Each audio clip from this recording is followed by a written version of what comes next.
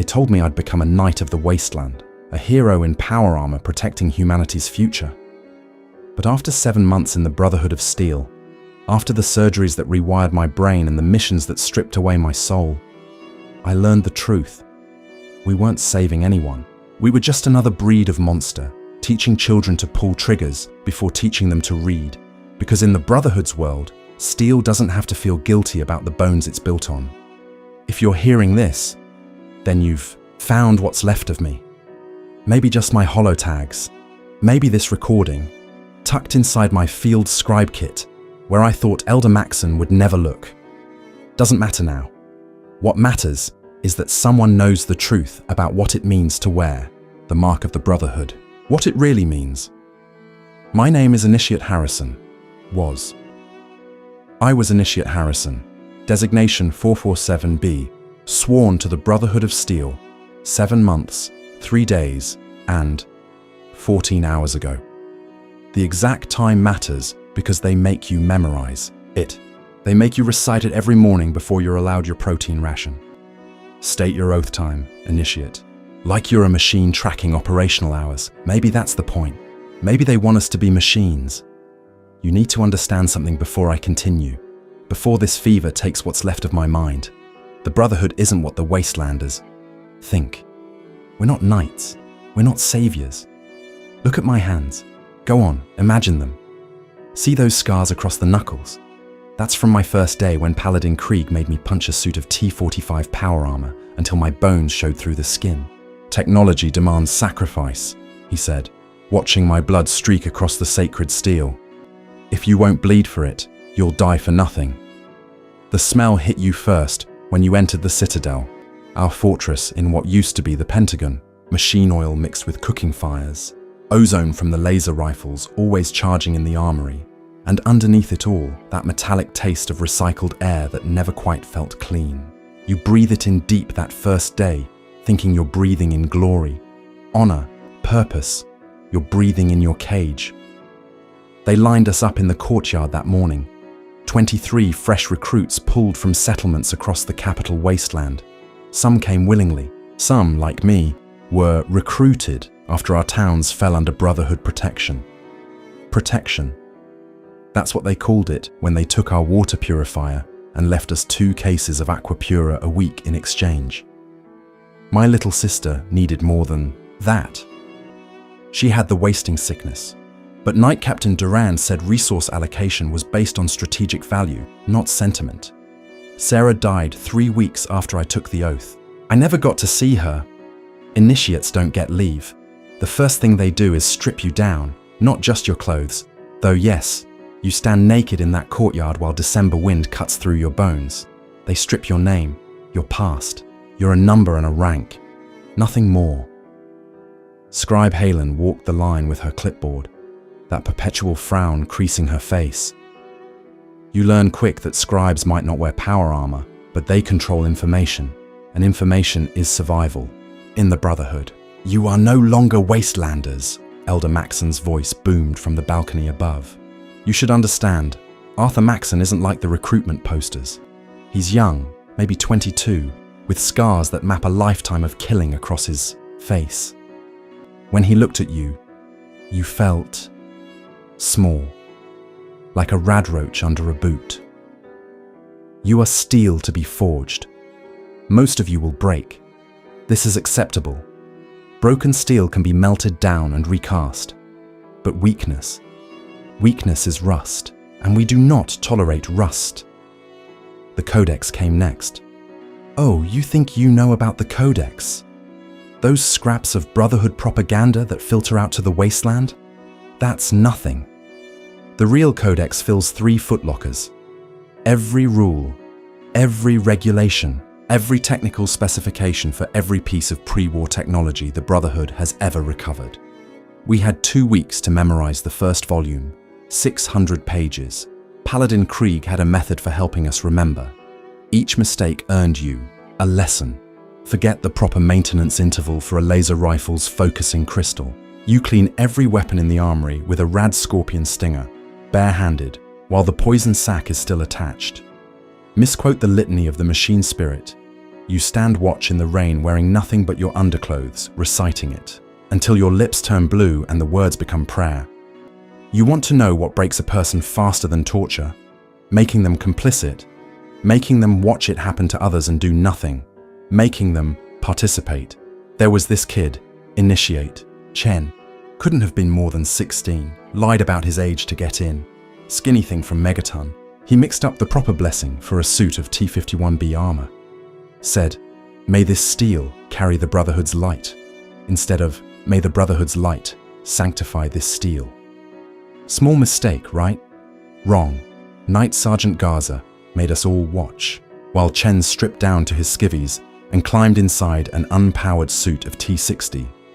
You ever been inside power armor without the exoskeleton active? It weighs about 400 pounds. The Knight Sergeant locked him in there for 6 hours. We could hear him screaming after the first 2. By hour 4, he was just whimpering. When they finally pulled him out, his legs had gone numb from the weight. He couldn't walk for 3 days. But here's the thing that still wakes me up at night. By week 3, when Initiate Morrison forgot the proper litany for energy weapon maintenance, it was Chen who suggested the punishment. "Make him disassemble a plasma rifle," Chen said, his voice steady as steel. "Without gloves." So he remembers what happens when you don't respect the technology. Morrison's hands looked like melted wax after. The plasma residue, it never really stops burning, you know. Just keeps eating through layer after layer.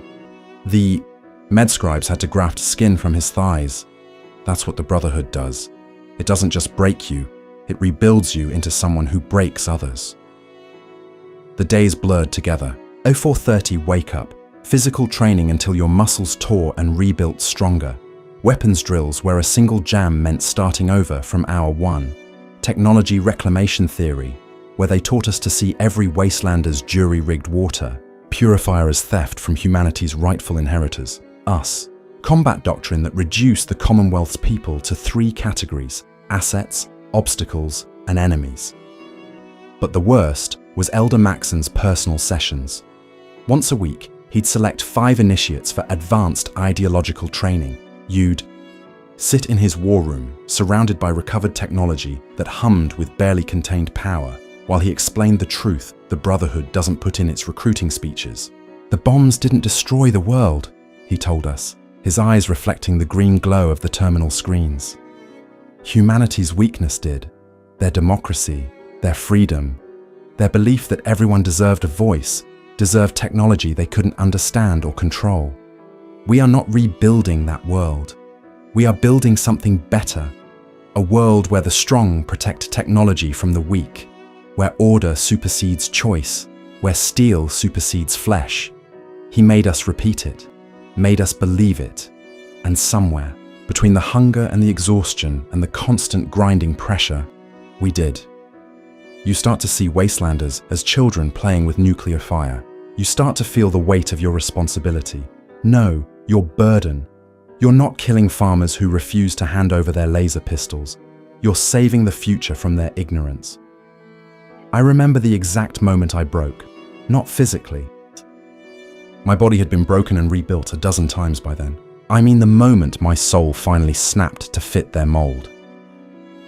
It was during my first field assignment. Knight Captain Durand led our squad to a settlement called Greentop Nursery. Intelligence suggested they'd found a cache of pre-war military. Robots. The Brotherhood wanted them. The settlers. They just wanted to use them for farming. You ever see hope die in someone's eyes? Really watch it drain out like blood from a wound. The settlement elder, this woman named Margaret with radiation scars across her jaw, she actually smiled when she saw our power armor. "Thank God," she said. "The Brotherhood, we've been waiting for help. The raiders have been..." Durand backhanded her. "Not hard enough to kill, just hard enough to shatter teeth. We're not here for your problems, Wastelander. Show us the robots." They'd reprogrammed 2 Protectrons and a Mr. Handy. That's it. 3 agricultural units helping them grow potatoes and corn in that irradiated soil. Margaret's grandson couldn't have been older than 10. He'd figured out the programming himself. Kid was a genius. In another life before the bombs, He'd have been at Robco or General Atomics. Please, Margaret begged through her broken mouth. We need them for the harvest. Without them, we'll starve come winter. Durand looked at me. Initiate. Harrison. First Codex principle regarding technology recovery. My mouth moved without my permission. The words came out clear, precise, empty. Technology must be secured from those who would misuse it through ignorance or malice. The Brotherhood alone possesses the wisdom to shepherd humanity's remnants. And the punishment for technology hoarding. Confiscation of assets. Re-education of violators. Termination if resistance is encountered. Margaret pulled her grandson behind her. We're not hoarding. We're surviving. Please, I'm begging you. Initiate, Harrison. Durand's voice cut through her sobs. Secure the technology. I want you to understand something. In that moment, I could see everything clearly. I could see that little boy's eyes, wide with terror and something worse, disappointment. He'd believed the stories, believed the Brotherhood were heroes. I could see Margaret's hands shaking as she held him.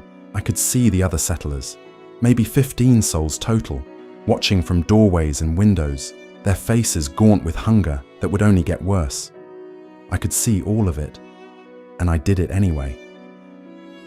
The Protectrons didn't want to hurt anyone.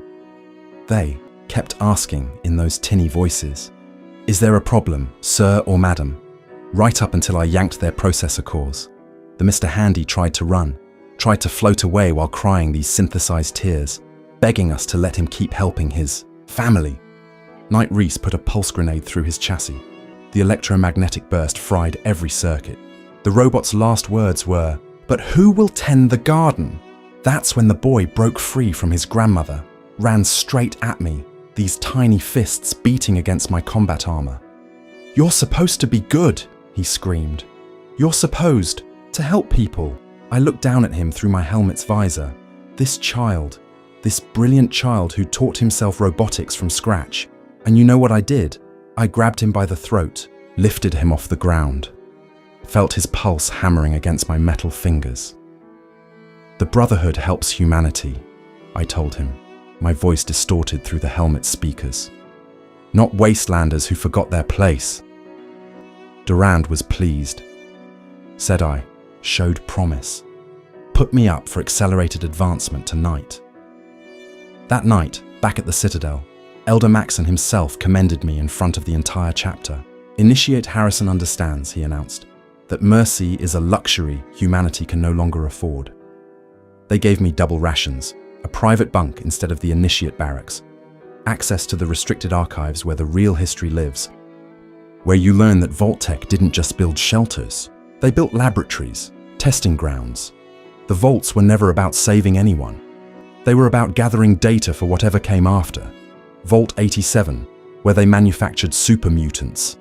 Vault 75, where they harvested children for genetic material. Vault 11, where they made people sacrifice each other for the illusion of survival.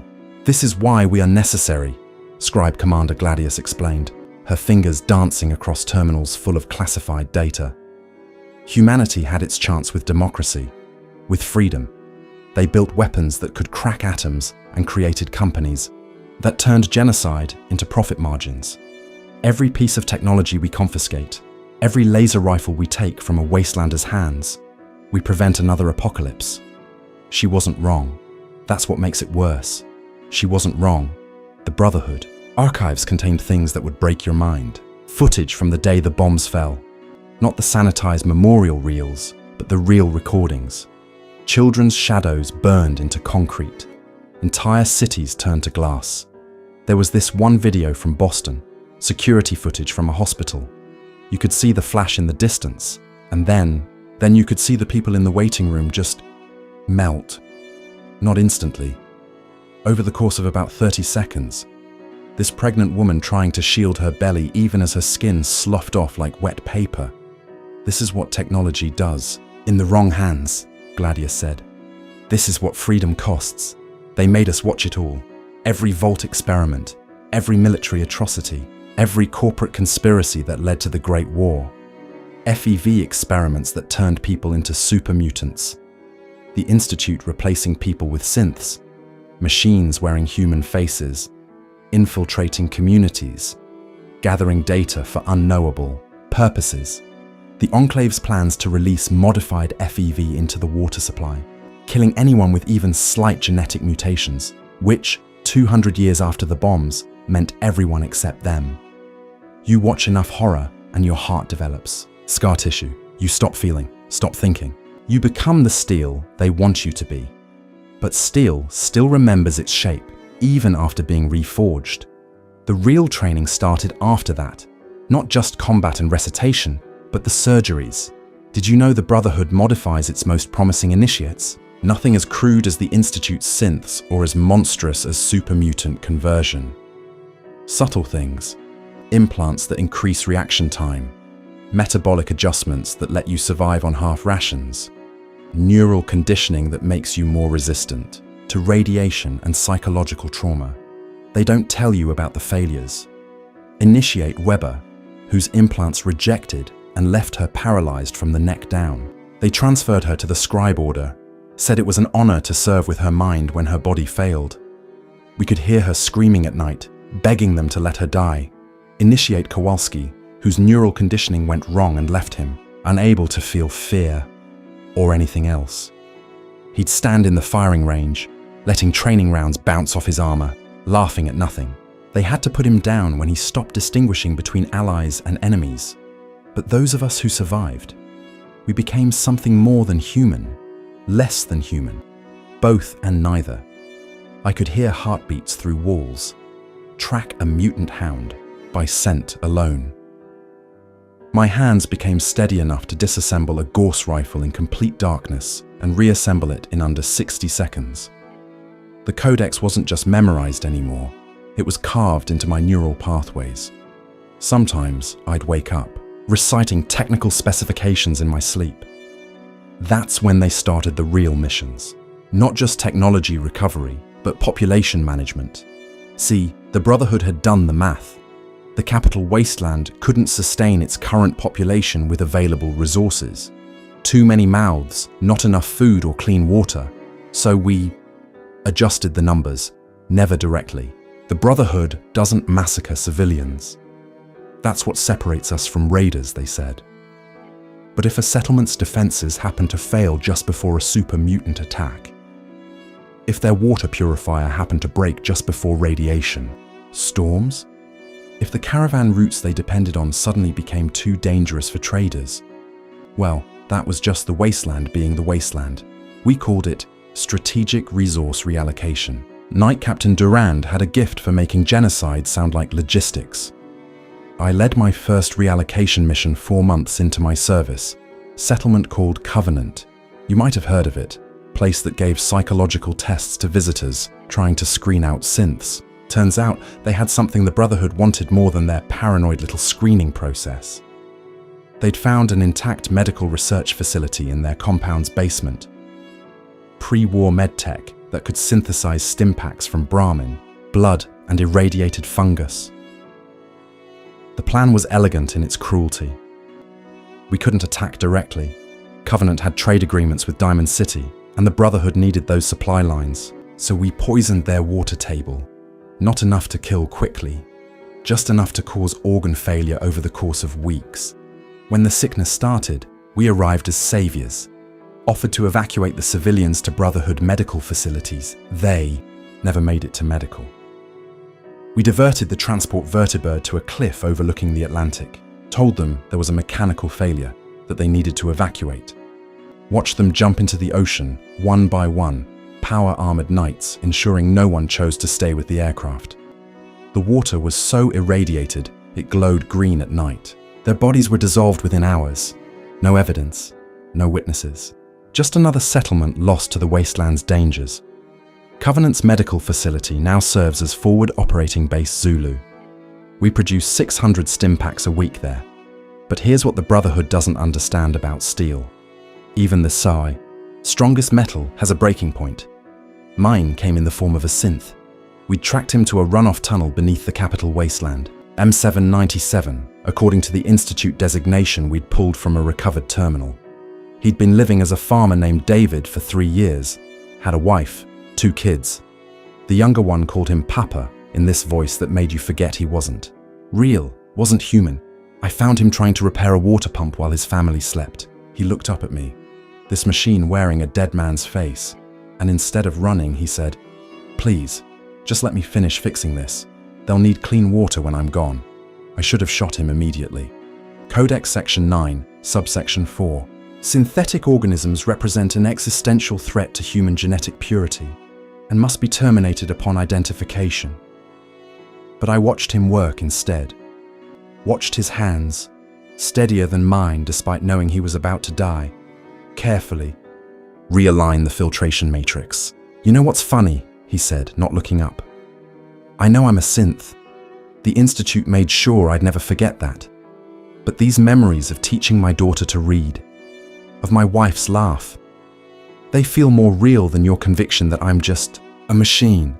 "Memories can be programmed," I replied, my laser rifle trained on his head. "So can soldiers."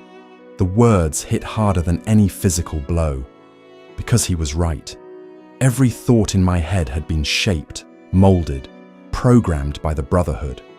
Was I any less artificial than him? Any less of a construct? "My family doesn't know," he continued, finishing the pump repair. "The Institute replaced the real David 2 years before I escaped. But I've been more of a father to those children than he ever was. Never raised a hand to them. Never drank away their food money. Never made them feel like burdens." He finally looked up at me. "So what makes him more human than me? His organic brain? The same brain that chose cruelty over kindness. I killed him anyway. One shot through the processing unit behind his left ear. He dropped instantly, fluid that looked too much like blood pooling beneath his head. I filed my report, collected the bounty, received another commendation, but his words had planted something in me, a doubt that grew like radiation sickness. I started noticing things, how Knight Commander Hicks collected trophies from the settlements we cleared, children's toys, wedding rings, personal holotapes he'd play for entertainment in the barracks, how Scribe Jameson was modifying our mission reports, inflating threat assessments to justify harsher measures, how Elder Maxon himself had that empty look in his eyes, like something inside him had been scooped out and replaced with Brotherhood doctrine. Then came Operation Broken Chain. The railroad, those fools who helped synths escape, had established a major safe house in the ruins of Arlington. Elder Maxon wanted them eliminated, but more than that, he wanted the synths they were harboring. 12 units, according to our intelligence. 12 machines pretending to be human, hiding among actual refugees. We surrounded the building at dawn. 50 knights in full power armor. Enough firepower to level a city block. The railroad fought back. They always did, right to the end. But what haunts me isn't the battle. It's what came after. We found the refugees in the basement. 43 souls crammed into a maintenance tunnel. Men, women, children. The 12 synths hidden among them, indistinguishable from the humans they stood beside. Elder Maxon himself came down to oversee the sorting. "Separate them," he ordered. "Synths to the left, humans to the right." But here's the thing about Institute synths, the ones with synthetic flesh and bone, not the obvious mechanical units. You can't tell by looking. Even medical scans can be inconclusive. The only sure way is to kill them and check for synth components. So Maxon ordered us to kill them all. "The humans are contaminated," he explained, his young face carved from stone. "They chose to stand with abominations. Their genes are forfeit. Their lives are forfeit. This is mercy. I want you to picture it. Really picture it. 43 people on their knees in that tunnel. A mother holding her infant, singing it a lullaby as Knight Reese raised his laser rifle. An old man with cataracts, fumbling for his wife's hand in the dark. A boy, maybe 14, who looked exactly like my sister Sarah had at that age, down to the radiation burn across her left cheek. We killed them all. Methodically, efficiently, The tunnel walls turned to glass from the heat of our weapons. When we sifted through the remains, we found component chips from only 7 synths. The other 5 had either escaped earlier or never existed. Our intelligence had been wrong. 31. Humans dead for 7 machines. Elder Maxon called it an acceptable ratio. That night I couldn't sleep. Not because of guilt, the Brotherhood had burned that out of me, but because I finally understood what we really were. We weren't humanity's shield against technology. We were just another faction of raiders, dressed in prettier armor, telling prettier lies. The only difference between us and the Gunners, or the Talon Company, was that we'd convinced ourselves our atrocities were righteous. I tried to leave, pack my gear, made it to the Citadel's gates before Knight Captain Duran stopped me. Going. Somewhere Initiate. Patrol, I lied. He smiled. Steel doesn't smile like that, cold and sharp and knowing. No one leaves the Brotherhood, Harrison. You know this. You've helped enforce this. He was right. I'd hunted 3 deserters myself, brought back their holotags and their heads, as protocol demanded. The Brotherhood doesn't just own your service. It owns your life, your death, your purpose. So I stayed, kept following orders, kept killing, but something inside me had broken loose, rattling around like shrapnel. Every mission, every confiscation, every tactical adjustment to the population. That loose piece ground away at whatever was left of my soul. Until yesterday. We received intelligence about a massive technology cache hidden beneath a place called University Point. Pre-war military weapons, enough to arm a small army. Turned out to be true. Also turned out the settlement above it had already found the cache. They were using the weapons to defend against Mirelurk attacks from the bay. Standard procedure. Secure the technology, eliminate witnesses, raise the settlement as a warning to others. But when we arrived, I saw her. This little girl, maybe 6 years old, radiation burns across her face in the exact pattern Sarah had. Same brown eyes, same way of tilting her head when she was confused. It wasn't her, couldn't be her, but my mind couldn't stop making the connection. When Paladin Krieg ordered me to clear the schoolhouse, I froze. Not refused, just froze. Like my power armor had seized up, like every piece of Brotherhood conditioning in my brain hit a wall it couldn't break through. Krieg shot me himself. Plasma bolt through the gaps in my chest plate. Said I'd been contaminated, shown weakness, become rust that needed to be burned away. Left me to die while they finished the mission. But plasma wounds are funny things. They cauterize as they burn. Keeps you from bleeding out even as it cooks you from the inside. I had enough strength to crawl to this old relay tower, start this recording. The fever's setting in now. Infection or radiation or both. Doesn't matter. I'll be dead before anyone finds this. You want to know the truth about being a Brotherhood. Initiate. It's not about honor or protecting humanity. It's about becoming the monster you once fought against, piece by piece, until you can't remember what you were protecting in the first place. It's about watching yourself turn into steel and realizing that steel doesn't save anyone. It just cuts cleaner than rust. The Brotherhood of Steel isn't humanity's salvation. It's just another form of extinction, marching in power armor, reciting litanies to justify its atrocities.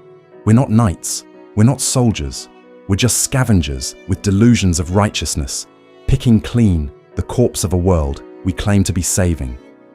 If you find this recording, if you're thinking of joining, then remember Margaret's grandson, remember David the Synth, remember those 31 humans in Arlington, remember that the Brotherhood's steel is forged from the bones of everyone who stood in their way. Remember Initiate Harrison, designation 447B, who died as rust because he couldn't stay steel.